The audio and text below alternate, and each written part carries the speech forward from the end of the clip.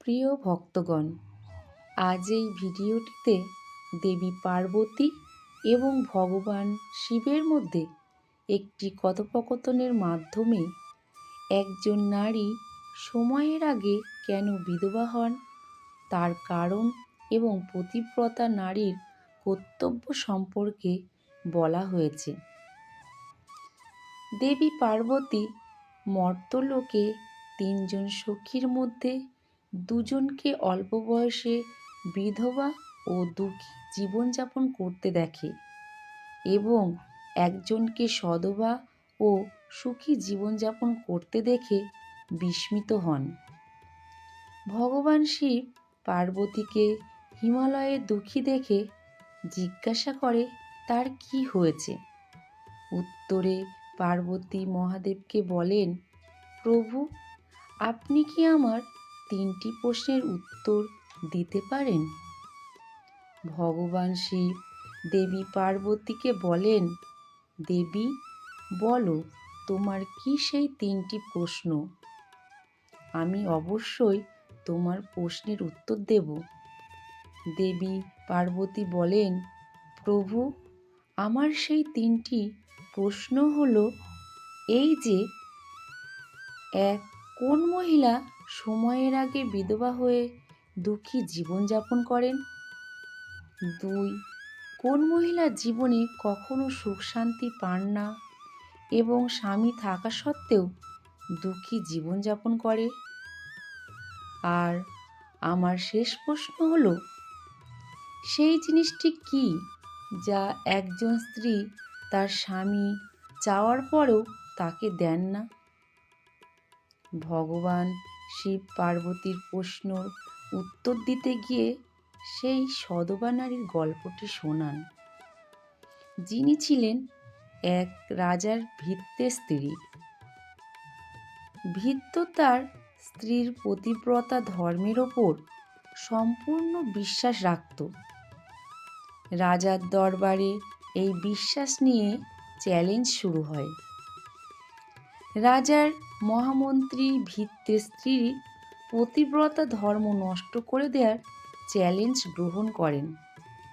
শর্ত ছিল, যদি মন্ত্রী সফল হন তবে ভৃত্যের ফাঁসি হবে, আর যদি ব্যর্থ হন তবে মন্ত্রীর ফাঁসি হবে। ভৃত্য প্রমাণ হিসেবে তার স্ত্রীর কাছে বিবাহের চিহ্নস্বরূপ রাখা মাটির কলসি ও ধারালো অস্ত্র বা কাটারি চেয়ে নেন। মন্ত্রী একজন দূতীকে অর্থাৎ গুপ্তচরকে ধন সম্পদের লোভ দেখিয়ে ভৃত্যের স্ত্রীর বাড়িতে পাঠান। দূতী মাসি সেজে বাড়িতে প্রবেশ করে। 2 দিন থাকার পর স্নানের সময় ছলনা করে ভৃত্যের স্ত্রীর উরুতে থাকা একটি গুপ্ত তিলের চিহ্ন দেখে নেয় এবং রান্না করার সুযোগে কলসি ও কাটারি চুরি করে। মন্ত্রী রাজসভায় কলসি, কাটারি ও গুপ্ত তিলের চিহ্নের কথা প্রমাণ হিসেবে দেখিয়ে দেন। ভৃত্য তার স্ত্রীর ওপর বিশ্বাস হারিয়ে ফেলে এবং রাজার শর্ত অনুযায়ী ভৃত্যকে 15 দিন পর ফাঁসির আদেশ দেন। স্বামীকে বাঁচাতে ভৃত্যের পতিব্রতা স্ত্রী নর্তকীর বেশে রাজদরবারে যান এবং নৃত্য পরিবেশন করেন। রাজা মুগ্ধ হয়ে তাকে বর চাইতে বললেন। ভৃত্যের স্ত্রী বললেন যে সবাই উপস্থিত চোরকে যেন ফাঁসি দেওয়া হয়। তিনি মন্ত্রীকেই চোর হিসেবে চিহ্নিত করেন।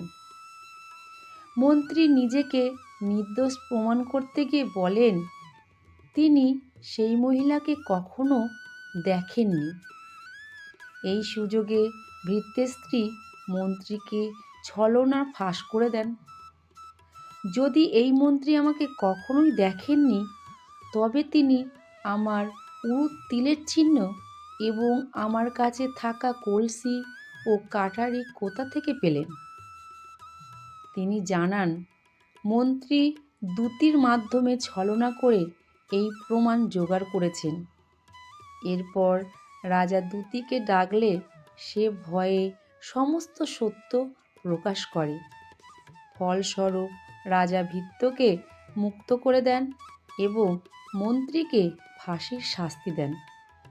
এইভাবেই পতিব্রতা নারী তার স্বামীর জীবন বাঁচান। ভগবান শিবের উত্তর গল্প শেষে ভগবান শিব দেবী পার্বতীর 3টি প্রশ্নের উত্তর দিলেন। 1. কেন নারী সময়ের আগে বিধবা হন? যে মহিলারা মুখ দিয়ে সব সময় স্বামীর নাম উচ্চারণ করেন এবং নাম ধরে ডাকেন, তাদের স্বামীর আয়ু কমে যায়। এর ফলে সেই মহিলা সময়ের আগে বিধবা হয়ে দুঃখী জীবনযাপন করেন। যে 2জন সখী বিধবা হয়েছেন তারা এই কাজ করতেন, কিন্তু ভৃত্যের স্ত্রী কখনোই স্বামীর নাম মুখে আনতেন না, তাই তিনি সুখী জীবনযাপন করছেন। 2. কোনো মহিলা জীবনে সুখ পান না। যে স্ত্রীরা তাদের স্বামীর অনুমতি ছাড়া তীর্থস্থানে বা কোনো উৎসবে যান, তারা জীবনে সুখী হতে পারেন না, দুঃখী জীবনযাপন করেন এবং স্বামীর প্রেম থেকে বঞ্চিত হন। আর 3 নম্বর প্রশ্নে, যে জিনিসটি স্বামীকে দেয়া উচিত নয়, সেই জিনিসটি হলো গালি, অপমানমূলক কথা। একজন সংস্কারী ও চরিত্রবান মহিলা কখনোই তার স্বামীকে গালি দেন না। যে স্ত্রীরা স্বামীকে গালি দেন তারা জীবনে সুখ পান না এবং সময়ের আগে বিধবাও হতে পারেন। ভগবান শিবের মতে চরিত্রবান মহিলার ঘরে লক্ষ্মী সর্বদা বাস করেন এবং ধনসম্পদে পূর্ণ সেই ঘর স্বর্গে পরিণত হয়। শ্রোতাগণ, এই পৌরাণিক কাহিনীটি কেমন লাগলো অবশ্য কমেন্ট করে জানাবেন। হর হর মহাদেব।